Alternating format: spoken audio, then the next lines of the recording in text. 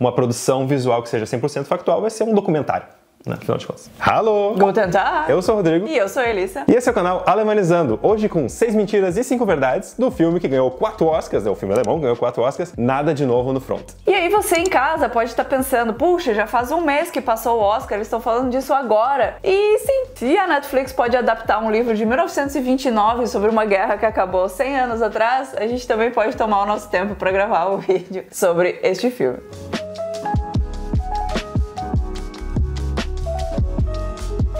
Esse filme foi produzido pela Netflix no ano passado e esse ano no Oscar foi indicado a 9 premiações e eles acabaram levando 4 estatuetas de melhor filme internacional, fotografia, direção de arte e trilha sonora original. Então é um arraso esse filme.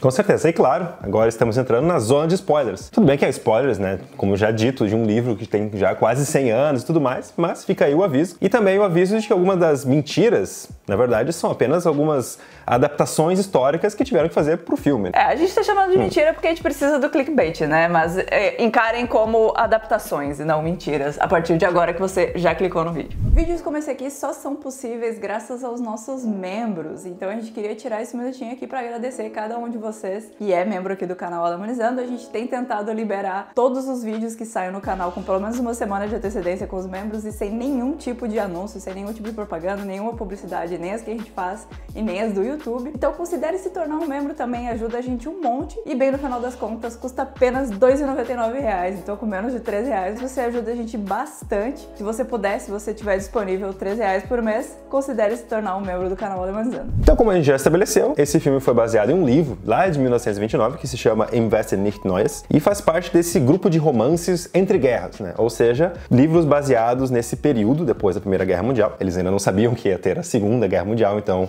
a gente vê, né, dessa forma histórica, que é o período entre guerras. Não era o livro do Nostradamus. É verdade. Dito isso, é uma questão do sentimento desse povo que foi iludido, né, de certa forma, né, a propaganda, né, que eles tinham que participar da guerra porque era uma coisa muito honrosa. Só que na verdade eles vivenciaram um horror nunca antes visto. A Primeira Guerra Mundial foi a primeira guerra assim desse nível, né, tão industrial também. E causou então toda uma geração traumatizada e morta. O livro então toca nesse tema de desencanto, né, de ter essa viés nacionalista colocado em ti desde jovem, mas no final das contas a tua pátria te joga num moedor de carne, sabe? Esse seria o sentimento que eles estavam passando naquele momento. Então a guerra não cria heróis, ela cria, tipo, vítimas, né? Um monte de gente destruída, basicamente é isso. E justamente por essa pauta tão antimilitarística, anti-guerra, esse livro e o filme, a adaptação original lá, muito antes da Netflix existir, eles eram muito mal vistos pelos nazistas. Então em 1930, o Joseph Goebbels começou a organizar vários motins contra cinemas que estavam exibindo esse filme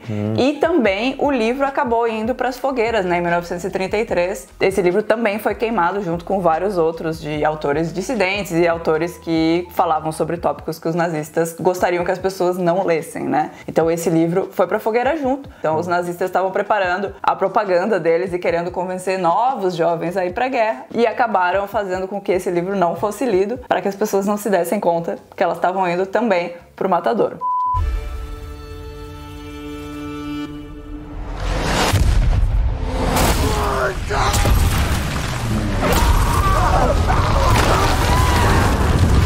O autor, na verdade, falou que o livro dele não é uma acusação, nenhuma confissão, é apenas uma tentativa de relatar uma geração que foi destruída pela guerra, mesmo que tenha escapado das suas granadas.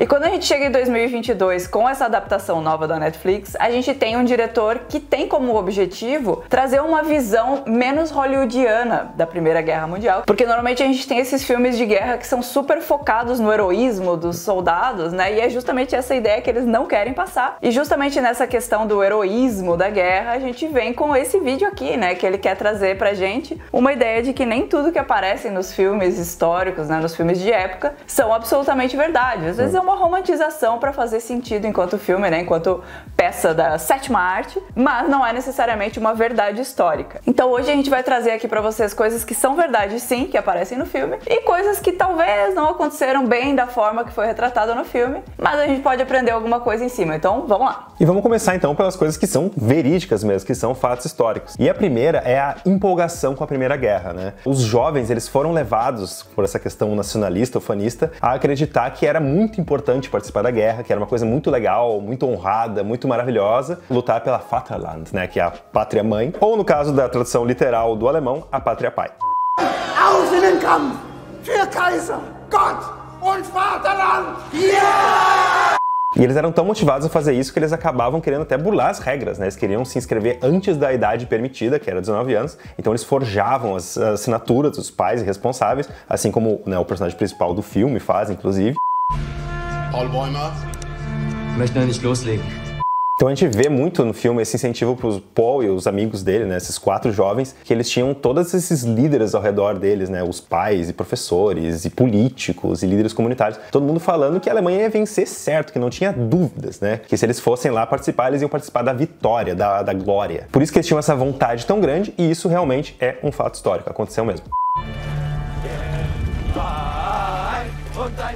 Um outro fato histórico que está super bem retratado no filme é a questão que a Primeira Guerra Mundial também foi uma primeira guerra industrial que o mundo viu. Então, pela primeira vez, a Europa e o mundo inteiro estavam presenciando uma guerra que não tinha só pessoas, não tinha só soldados, tinha também muitas máquinas, né? A gente tinha submarino, tinha aviões, metralhadoras, armas químicas, tinha tanque, tinha toda sorte de coisas, que inclusive conecta bem com essa questão da queda do soldado, né? Qual é o propósito de lutar numa batalha que as máquinas estão lutando, né? Não tem a glória de vencer, como os europeus estavam acostumados, a batalhas de espada e essas coisas que eles sentiam que traziam uma certa glória. Na Primeira Guerra Mundial, eles estão indo para campos de batalha que a qualquer momento eles podem ser esmagados por uma bomba ou por um tanque, todo esse tipo de coisa, eliminando qualquer papel que eles possam ter ativamente em vencer essa guerra, né? Então isso está super bem retratado no filme, a aleatoriedade de ser um soldado e continuar vivo e com o corpo completamente intacto, né? A mente intacta era impossível nesse momento. E essa industrialização da guerra nos leva ao terceiro ponto, que é a destruição de toda uma geração de jovens. O autor em si, o autor do livro original, quando ele criou os personagens são personagens fictícios, mas eles são baseados na experiência que ele teve, que os amigos e conhecidos dele tiveram, então eles viraram essas representações de pessoas reais, mas eles não são pessoas reais. Segundo o próprio autor, o objetivo dele era dar voz para essa geração perdida, basicamente, não apenas que morreu, mas também foi destruída psicologicamente pelo fato de estar na guerra, no caso, né, de vivenciar a guerra. E fisicamente também, né? Muitas pessoas voltaram da guerra com muitos problemas físicos. Não né? é apenas a morte, né? Pessoas foram mutiladas de várias formas, né? Então, física e psicologicamente, e mais a morte também. E isso é fato histórico. A guerra dizimou milhões de jovens, especialmente na faixa de 19, mas entre os 19 e 24 anos foi basicamente 50% de todas as mortes, contando na verdade Alemanha e Inglaterra, foram dos jovens dessa faixa etária. Imagina, então, realmente uma geração que deixou de existir. Uma outra representação histórica que está super bem feita no filme são os cenários e os figurinos. Então, tudo que a gente vê de penteados, casas, roupas, as armas e tudo mais, tudo foi feito exatamente igual como as coisas eram lá na época da Primeira Guerra Mundial, né? Que acho que a gente não falou ainda, mas é entre 1914 e 1918, né? Então, lá mais de 100 anos atrás, as coisas eram basicamente bem iguais a como a gente vê no filme. E essa semelhança tão forte, nessa veracidade, as coisas parecendo tão reais, às vezes trazem uma impressão errada de que todo o resto do filme é exatamente igual à história, né? Mas não, essa é a parte do cinema mesmo, né? Tudo foi produzido com a tecnologia do cinema para que a gente se sinta naquela época, mas a gente tem que lembrar ainda que a gente está vendo uma adaptação.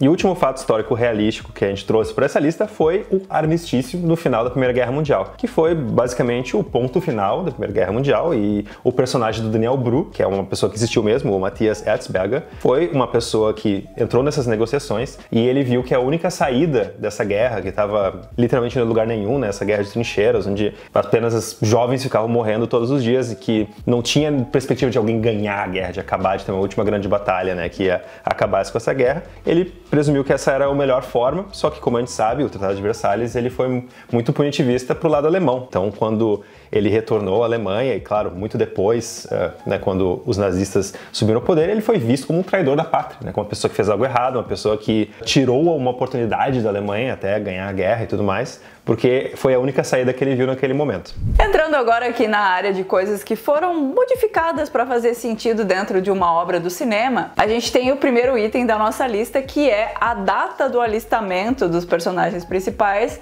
não ser muito lógica, né? Não fazer sentido. Porque, embora lá em 1914 os jovens estivessem bem empolgados para entrar na guerra, né? Como o Rodrigo comentou, com propaganda e tudo mais, o filme nos mostra eles se alistando em 1917, quando a guerra já estava se arrastando por anos. E nessa época os jovens já não estavam mais empolgados para ir para a guerra. Então essa questão não faz sentido, provavelmente não é algo que aconteceu, alguém empolgadamente se alistando em 1917. Então lá originalmente no livro os jovens estão se alistando para essa história, né, em 1915. Mas agora na adaptação de 2022 eles se alistam em 1917 justamente porque a ideia do filme é se passar paralelamente com o fim da guerra, né? Eles querem mostrar a história da assinatura lá do Tratado de Versalhes e tudo mais. Então não faria sentido mostrar os jovens lá desde 1915 até 18, porque eles provavelmente não teriam nem sobrevivido, né? Não teria como acompanhar 3 anos de vida desses jovens, porque poucos sobreviveram tanto tempo, né? Então eles fizeram essa pequena mudança que pareceu para eles a melhor forma de contar essa história, justamente pra gente conseguir paralelamente ver esses jovens e ver o fim da guerra. Os filmes precisam ter uma estrutura, né, que acaba com um clímax, pra todo mundo sair satisfeito, né, do filme, de terminar de, eu ia dizer do cinema, mas é um filme da Netflix, né, dá pra ver em casa na televisão. Então o que eles tiveram que fazer é forçar uma batalha final que nunca aconteceu. No filme tem essa narrativa do general, que ele é muito nacionalista e ufanista o tempo todo, e ele não quer desistir de forma alguma, né? Então ele força os soldados a ter essa última batalha, que é uma coisa que nunca aconteceu, que seria um absurdo, né? Até porque no filme eles já tinham anunciado que eles iam se render, aí ele decidiu que ele ia fazer uma última tenteada ali, uma última batalha, e isso é uma coisa que realmente não faz sentido nenhum. Nesse momento a pessoa teria aceitado as ordens, né? Foi o que aconteceu na verdade, e não teve nenhuma última grande batalha. Isso é uma forçação de barra só para ter realmente uma estrutura cinematográfica que faz sentido. E o terceiro item da nossa lista de inverdades fala sobre os desertores, né? No filme a gente vê muita gente desertando, principalmente nessa última batalha, né, que não existiu na vida real, mas existiu no filme, quando os soldados já não aguentam mais, eles falam: a gente não vai fazer isso, a gente vai para casa, e aí eles desertam, eles fogem do exército, fogem da batalha, e eles são levados para um canto e são executados, né? Na vida real a gente não teve tantas deserções, na verdade. Durante os 4 anos da Primeira Guerra Mundial, 48 registros apenas foram feitos de soldados que foram executados por deserção, né? Então, nesses 4 anos de guerra, teve menos gente desertando do que parece no filme só nessa última batalha, né? Então, essa questão não foi muito forte durante a Primeira Guerra Mundial, pelo menos de acordo com os registros que a gente tem. Já na Segunda Guerra Mundial, a gente tem registros de 20 mil soldados que desertaram e foram executados por causa disso, né? Então, aumentou bastante, de 48 para 20 mil, mudou bastante essa questão da deserção de uma guerra para outra. Uma questão bem peculiar que tem nesse filme é a parte do uso das armas na Primeira Guerra Mundial. O filme dá a entender que lá no final da Primeira Guerra Mundial tem soldados alemães vendo pela primeira vez tanques e lança-chamas enquanto eles estavam lutando com machadinhas e coisas assim, e ao mesmo tempo mostra um uso muito massivo de armas ao mesmo tempo, que elas não foram usadas ao mesmo tempo e tudo mais. Tem uma questão ali do armamento dos exércitos que não tá fazendo sentido. Eu não entendo por que eles fizeram isso, porque eles quiseram mostrar que a Alemanha não tinha acesso tecnológico a certas coisas que os outros tinham, mas foi uma escolha feita no filme para dar essa impressão, talvez, de que os alemães não estavam preparados para a guerra ou alguma coisa assim. Aí eu não sei, né? Eu tô pressupondo. O que vocês acham? Deixa aqui nos comentários. E para fechar a nossa lista de mentiras sobre o filme, nós temos a questão dos soldados negros no exército francês. O fato de terem soldados negros no exército francês é 100% verídico, isso não é a questão. A questão é como eles são demonstrados em conjunto com os soldados brancos. Isso foi uma coisa que não aconteceu, eles eram extremamente segregados e mesmo os batalhões de soldados negros tinham generais brancos. Então, né, a França realmente se apropriou dessas pessoas das colônias plutônias, basicamente para usar como armas de guerra também. No final das contas, fazendo esse exercício, a gente percebe que mesmo quando tem vários historiadores no projeto tentando ajudar o máximo possível, os escritores e os diretores vão tomar liberdades artísticas para contar a história do jeito que eles querem contar, né? Então é muito difícil que um filme seja 100% fiel ao que aconteceu no mundo real. Isso é uma coisa que a gente precisa ter sempre em mente para conseguir ver também com esses olhos de que isso aconteceu, né? Foi mais ou menos assim, mas não foi 100% assim, né? A gente tem que, se tem interesse, né, pesquisar um pouco mais, aprender um pouco mais do que aconteceu por trás dos panos, né, do que aconteceu no mundo real. Um filme vai priorizar essa estrutura de filme, né, momentos dramáticos, momentos pessoais, interpessoais, do que fatos históricos. Isso é natural, né? Porque realmente uma produção visual que seja 100% factual vai ser um documentário. Tem que vender os tickets, né? Tem que vender a assinatura da Netflix, assim como a gente teve que vender esse vídeo aqui chamando de mentiras, mas não são necessariamente mentiras, né? Mas a mensagem geral é que a gente pega essas coisas e usa pra aprender mais. Não dá pra ler a trilogia O Século do Ken Follett e falar que é um grande especialista em Primeira e Segunda Guerra Mundial e Guerra Fria também, né? Então, com isso, eu digo pra vocês que esse vídeo aqui foi roteirizado por uma historiadora, porque a gente não é historiador. Então a gente contratou a Carmen Guerreiro, que é uma historiadora e jornalista, para escrever o roteiro aqui desse vídeo. Ela fez essa pesquisa incrível. Se você quiser conhecer o trabalho da Carmen, o Instagram dela e o site dela e tudo mais estão aqui e na descrição do vídeo também. E com isso a gente finaliza esse vídeo maravilhoso aqui. Quem sabe daqui a mais uns 2 meses a gente faz um vídeo sobre, sei lá,